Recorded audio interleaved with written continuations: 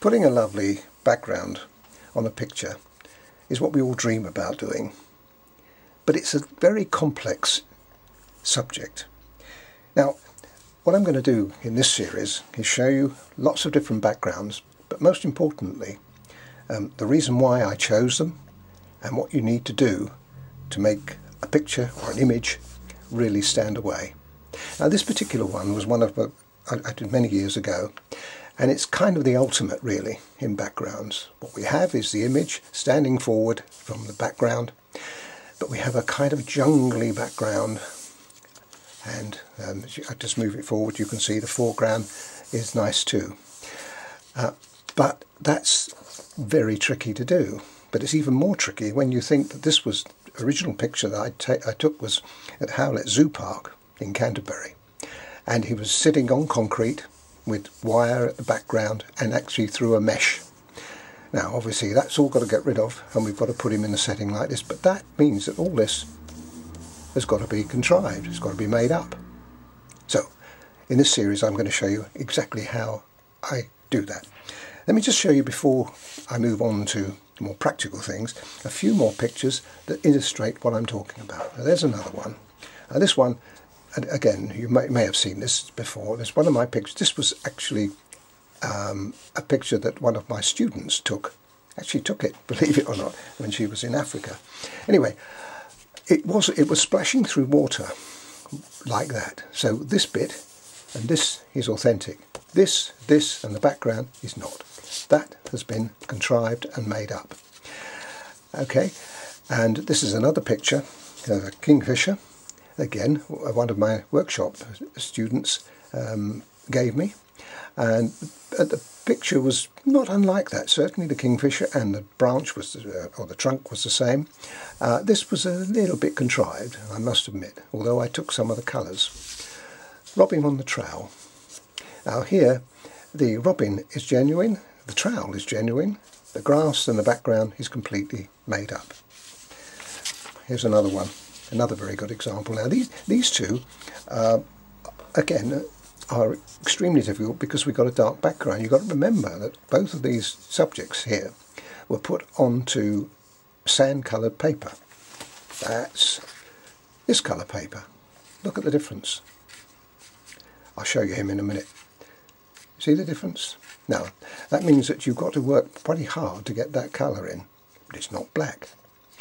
And if you've seen this section, you probably recognise that. On the premium site, you'll see that is our tree trunk, and this is where it originally come from, that exercise of mine. Anyway, going back to these, this one is very good because what you have here is we have the tiger emerging through a dark night, and I had to recess this into the background, so I had to bring the background onto it. Now you can see how that's difficult, but gradually as the series goes on, I'll be explaining all of this to you. And again, all of this is very jungly and atmospheric, but again quite difficult to do. So there we are. Now we've got that gives you an idea of what we're doing. But how do we begin? Well, this is how we start off life. What I've got is a series of photographs here that some of them I actually plan to do. This is one I'm definitely going to plan to do. I found it recently. Isn't that absolutely adorable? Now, so let's start from scratch. I've got a picture, I've got a subject I want, but what about the background? Do I want that kind of background? Also, I've lost a bit of a fin here. Do I make it up? I can see the rest of it.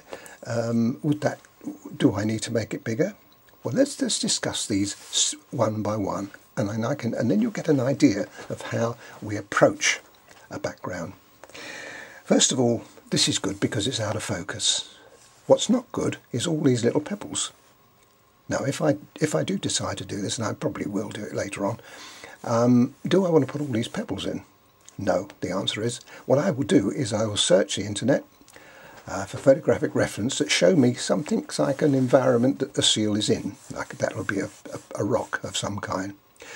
Once I've got that, that will be easy because that will just be, over here will be a foggy version of that. And I'm going to show you how that all happens later on.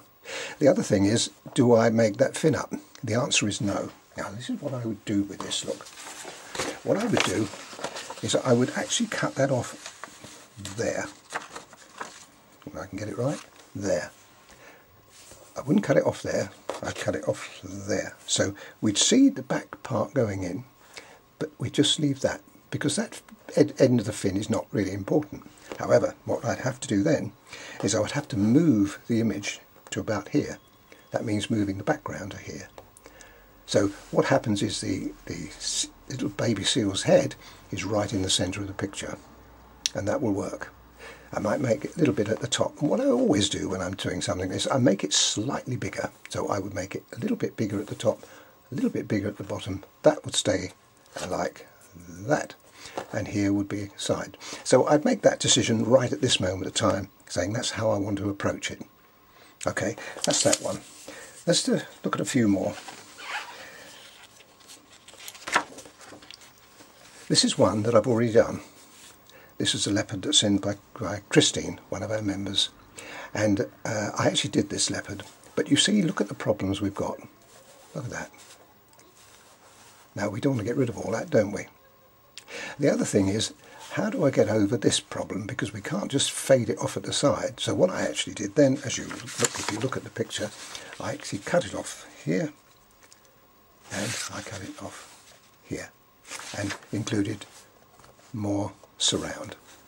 And if you go to the print page, you'll find it all. I think that was actually a workshop pack of mine that I did. So that's one. So that's another approach. Excuse me.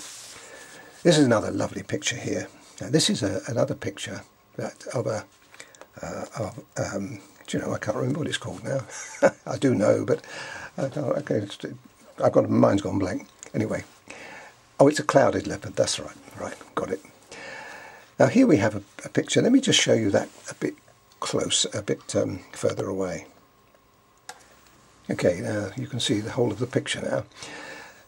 What do we do here? This is a tree trunk. There's another tree trunk. So what do we get rid of? Well, the way I would do this would, I would cut this back again. I would cut that to there. I would leave that tiny bit of tree trunk there. I would cut some of that off there. That means is more in the centre. I would finish it here, so that edge would be the edge of the picture, and then I would more or less leave it as it is, because that's quite a nice shape. What do I do about that? Do you know what? I don't know yet. Probably what I would do, I would put something there, foggy in the background, to compensate for that depth there, because I've got a feeling this end here would be a little bit too. But these are decisions that you can't make at this moment of time. You'd have to make them later on when the background goes in. So the background is going to be a key here, but of course the most important thing is the subject. And that's what you always remember when you're doing something. The background is important, but the subject is more important. So the background is a frame for that. Here's a couple more that I'm going to hopefully do. This is a dachshund. Never done a dachshund before. Got a long neck, as you can see there. So what would I do? Would I leave it like that? I probably would, you know. But I'm going to show you how in a moment on that Dalmatian that you saw a glimpse of, how I get over that. What I would do is I would angle it slightly, like that. So I wouldn't actually cut him off, because it's awful to say, it looks as though they've been decapitated. So what I would do, I would angle that down, and then that would melt into the background, as I'll show you in due course. Here's another very pretty picture, and here a decision would have to be made. What do I do here? Do I fog this off? No. When I get that situation like that, I usually, and I will certainly within this, I will use that as the end. Probably what I do is I just extend it to there.